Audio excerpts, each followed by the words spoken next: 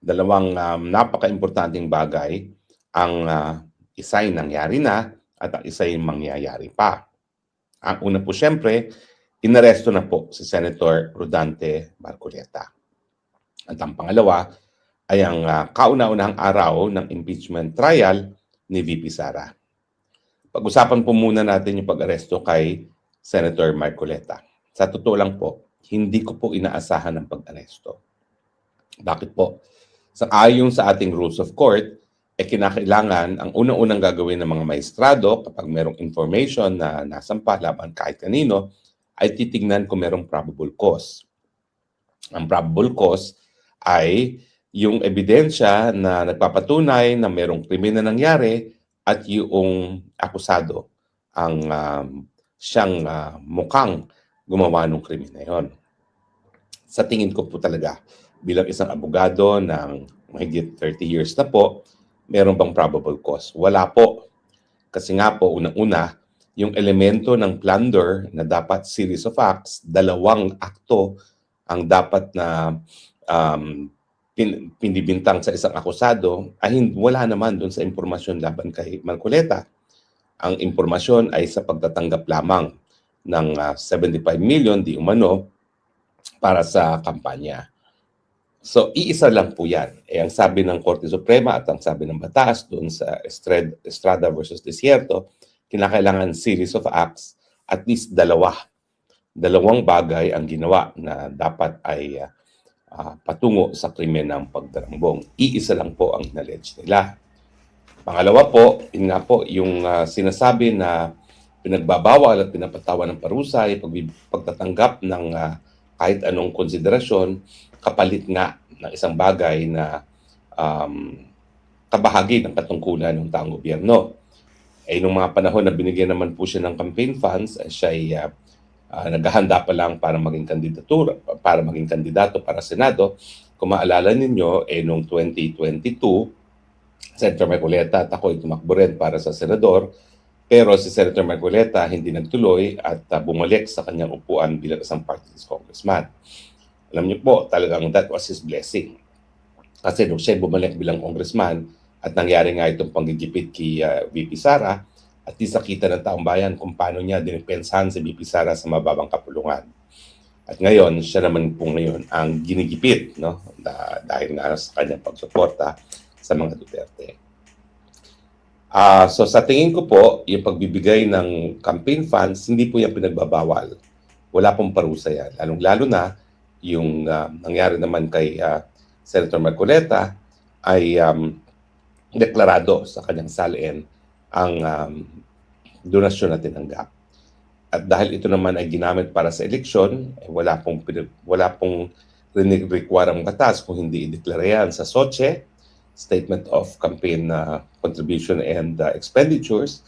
At kung merong sobra, kailangan ideklara yan bilang income.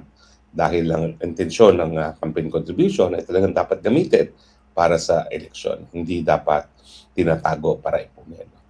So sa tingin ko, talaga naman pong katungkulan ng hukuman na dapat na-dismiss yan for lack of probable cause kasi wala yung isang elemento ng plunder at saka yung kaisa-isang sinasabi nila na plunder ay isang bagay na hindi naman pinagbabawal sa batas.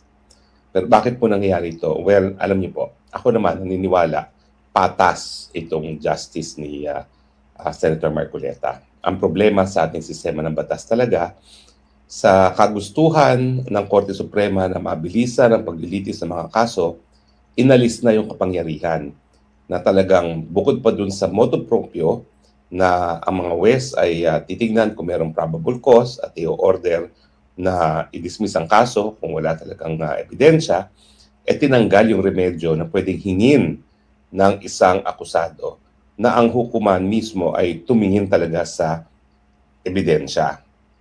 Bakit? Well, ang sabi ng Korte Suprema, hindi na kinakailangan magkaroon ng ganyan, bagamat ganyan yung dahilan. Kaya nung minsan si Ping Lacson napapalang bisa yung warrant of arrest sa kanya na nagkaroon ng determination ng isang Manila RTC na walang probable cause. Bakit tinanggal yan ng Korte Suprema? Kasi sabi ng Korte Suprema na siyang gumawa po o bumuo ng revised rules of criminal procedure yan naman talaga katungkulan ng mga huwes. Hindi na kinakailangan ilagay yan. At para mapabilis ang daloy ng mga kaso, mas mabuti pa.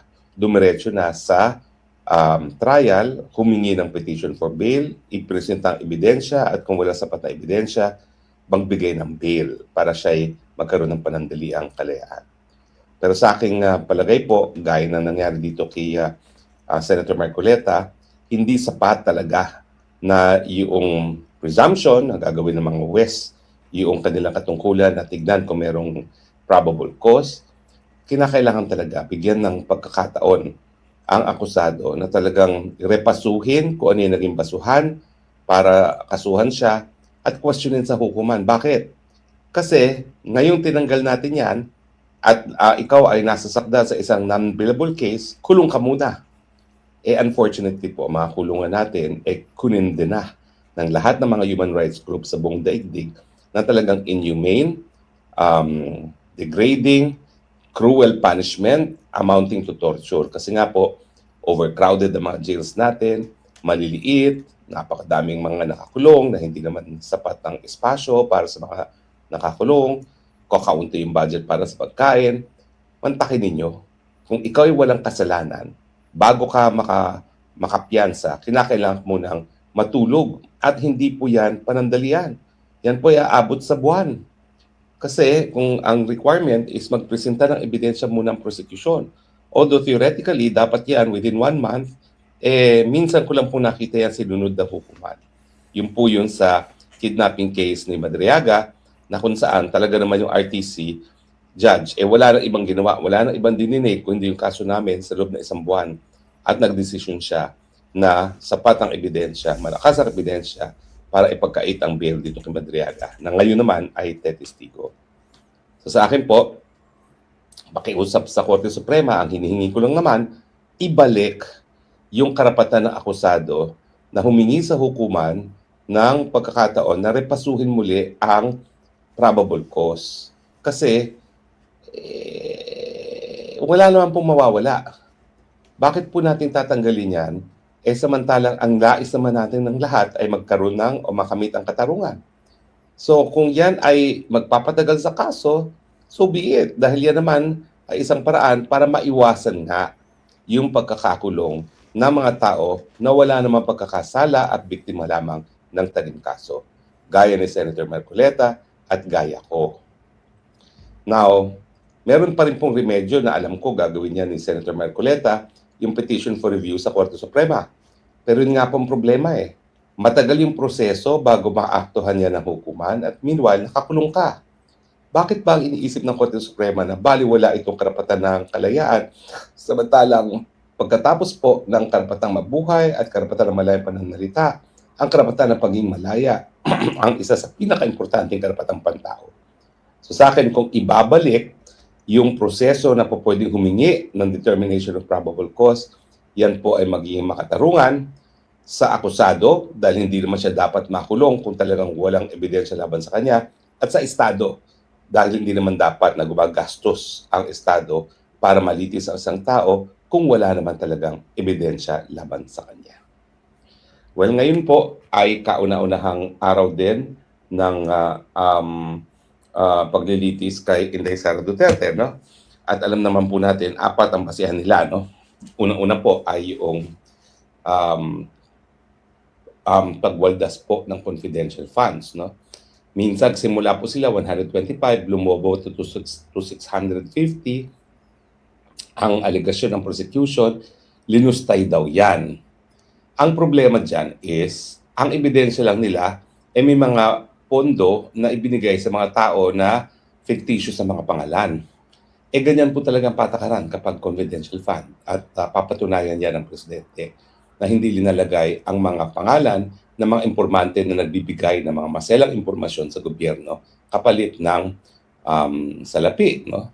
At ang pinaka-importanting depensa dyan, wala naman pong kahit anong ebidensya na pinakita ang prosecution o yung mga nagrereklamo sa Kamara de Representante na nakinabang si BP Sara dun sa pera na di umano ay dinispalko.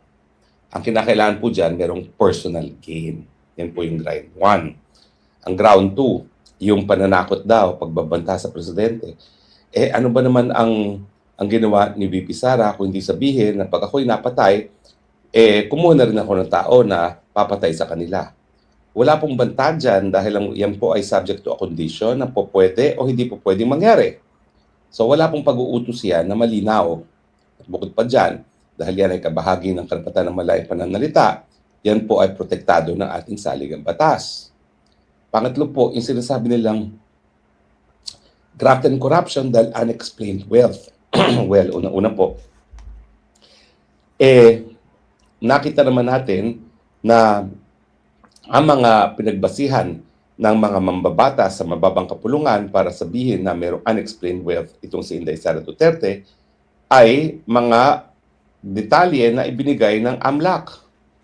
At nakita rin natin na ibinigay nila ang mga dokumento labag sa batas na nagsasabi na hindi man lang po pwedeng buksan yung mga accounts na yan nang walang court approval. So ang tanong, magagamit ba yan sa Senado na ito nga ay mga nakalap sa mapamaraan na lumabag sa karapatan ni VP Sara at sa ating mga batas. At yung isa pa ay yung unexplained wealth daw, no? Na betrayal of public trust na hiwalay pa doon sa graft and corruption. Pero sa akin nga, una-una, no? Lahat ng bagay na binibintang kay VP Sara, dapat gawain niya nung siya ay Vice President. Pero alam natin na sandaling-sandaling panahon lang siya naging Vice President. At ang cover ng impeachment complaint na hindi pa kasama yung mga mangyayari pang mga araw bilang isang Vice President, ito in effect ay para lamang dun sa unang 3 taon ng kanyang pamumuno bilang isang Vice President. At ang dapat na maging basihan lang dyan, kung ano talaga yung meron siya dito sa 3 taon na siya ay naglingkod bilang Vice President. Ang ebidensya ng prosecution kasama yung kanyang mga ari-arian nung panahon na hindi pa siya Vice President. Ulitin ko po ito'y impeachment. Ito'y para maalis sa pwesto ang isang pinakamataas na opisyalis ng gobyerno para sa gawain niya na either labag sa batas, labag sa saligang batas, labag sa ating mga batas, o di naman kaya pagtataksil sa sinumpaang katungkulan. Kinakailangan ang mga bagay-bagay na gagamitin ng ebidensya laban sa isang impeachable officer ay mga bagay na ginawa nung siya ay umaakto sa posisyon kung saan siya dapat or tinatangkang tangkalin. Anyway, ang parehong pangyayari po ngayon ng pag-aresto kay Senator Marcoleta at ang pagsisimula ng impeachment, iisa lang po ang pakay niyan. Ang pakay, matanggal si VP Sara bilang banta sa Marcos Forever sa 2028 at syempre, ang pamamaraan ay unang-una para siya'y kinakailangan siya'y makonvict at matanggal sa pwesto at mapatawan ng perpetual disqualification for public office o yung hindi na siya po pwedeng pumasok sa gobyerno. So, ano naman ang relasyon ng ginawa nila kay Marcoleta?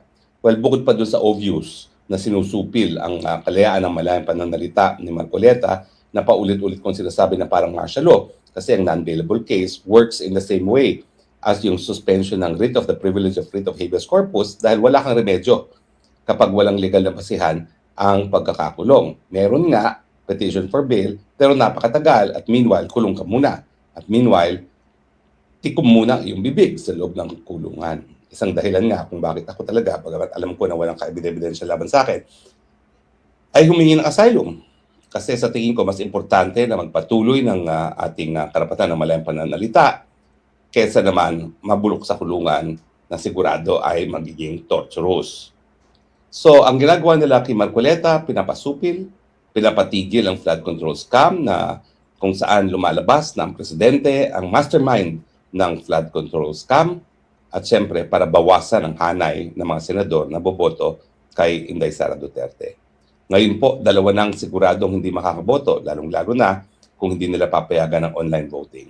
Yan po ay si Senator Jinggoy, 3 na pala, si Senator Bato, at saka itong si Senator Marcoleta. Asahan nyo rin na dahil itong 3 ay hindi makakaboto, bababawan nila yung numero ng 2/3 para siya makonvict. Ngayon po, yan ay 16.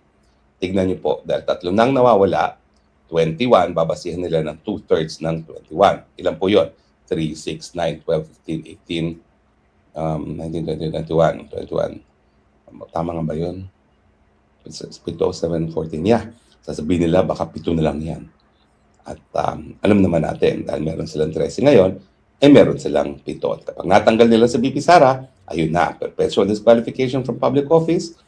At syempre po yung pag-aresto rin kay Marcoleta, kay Estrada, at saka kay De La Rosa, yan din ay mensahe ng Malacanang sa mga senador, pag hindi kayo sumunod sa gusto namin, kukulong din namin kayo dahil alam namin, lahat kayo may mga pagkakasala at po pwede namin gamitin yan para sa pagkakakulong na walang piyansa.